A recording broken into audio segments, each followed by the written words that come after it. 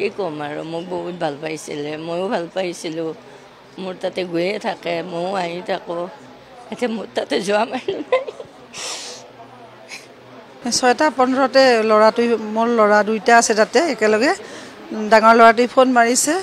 6:15তে phone মাৰি খবৰটো দিছে ৰাতিপুৱাই গম পালোঁ আমি 21 তাৰিখে গৈছিল ইয়াৰ পৰা এই দিছপুৰ হস্পিটেলৰ পৰা 21 তাৰিখে গৈছিল এইকেইদিন তাতে আছিল আৰু এতিয়া আমি ফোন কৰি আছে আমাক সদায় মানে আইচিউত থৈছে এনেকৈ হেৰিত বেডত আনিছে কিন্তু লাষ্ট আজি 4 দিনমান আগতে যি আইচিউত সেই ভৰালে তাৰপিছত ক'লে যে ভেণ্টিলেটৰ দিব লাগিব তেতিয়াতো আৰু মানে আমিও সেই হৈ গৈছোঁ কি আচৰিত কথা ইমান ভাল হেৰি আছিল তাৰপিছত ভেণ্টিলেটৰত দিলে এনেকৈ এই 3 দিনমান তাতে থাকিল আজিতো ৰাতিপুৱা খবৰটো আহিলে কি কৈছিল সিটো ল'ৰাটো বহুত চখীন আছিল মই 94ৰ পৰাই পাইছোঁ সিদিনাখন কৈছিল কিবা কিবি মোৰ আগত বহুত মোৰ এতিয়া নিজৰ জীৱন নিজৰ আৰু মানে নিজৰ লাইফ এইবিলাক কথা কৈ আছিল সি আৰু মইতো ভাল হৈছোঁ মোৰ একো বেমাৰ নাইতো মই ভাল মই খাব পাৰোঁ সেই কৰোঁ চোৱাচোন চোৱা ভৰি চৰি মোক দেখাইছিল এই ভৰিখন চোৱাচোন মোৰ কমি গৈছেতো মই ভাল পাইছোঁতো এতিয়া এইবিলাক কৈছিল আৰু মই ভাল হৈ যামতো মই ক'তো যাব নালাগে মই বাহিৰত যাব নালাগে মই ভাল হৈ যাম বৌ এনেকুৱা কথা কৈছিল আৰু কেইবাবাৰো গৈ তাতে চিকিৎসা কৰাৰ পাছত এই যিটো শেষত তাৰমানে বডি ৰিজেকশ্যনৰ মানে লিভাৰটো ৰিজেকশ্যনৰ যিটো তাৰমানে প্ৰৱণতা চলিল এইটো সাংঘাতিকভাৱে তুংগত উঠিল আৰু সেইটোৰ কাৰণে উচ্চ মানে চিকিৎসাৰ কাৰণে চেন্নাইলৈ লৈ যাবলগীয়া হ'ল আৰু চেন্নাইত লৈ যোৱাৰ পাছতো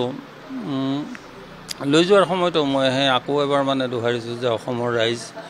আৰু মানে অসম চৰকাৰে যিটো সহায়ৰ হাত আগবঢ়াইছিল সেইটোৰ কাৰণে এই যোৱা প্ৰায় 25 দিন গুৱাহাটীৰ মানে বিভিন্ন নাৰ্ছিং হোম চিকিৎসালয় আৰু চেন্নাইৰ ৰেলা ইনষ্টিটিউট অফ লিভাৰ ট্ৰান্সপ্লান্টেশ্যন তাতে তাৰমানে এইকেইদিন চিকিৎসা চলিছিল কিন্তু লাহে লাহে হৈছিল তাৰ লিভাৰটোক বাদ দি পেলাই মেজৰ অৰ্গান যিবিলাক আছিল কিডনী তাৰপিছত লাং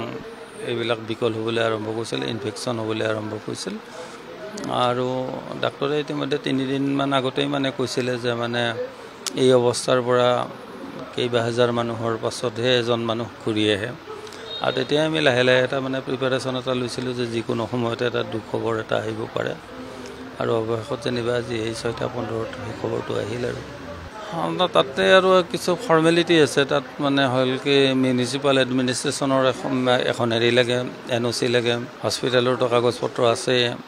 প্লাছ লাগে মানে পুলিচৰ মানে হেৰি এখন লাগে গতিকে এই ফৰ্মেলিটিখিনি কৰাৰ পাছতহে আৰু কফিন তাৰ ওপৰত তাৰ মানে আৰু প্ৰিজাৰ্ভেটিভ যিবিলাক আৰু আজিও হৈ যাব পাৰে যদি কাৰ্গো চাৰ্গো বুকিং বা এই কামখিনি যদি শেষ হৈ যায়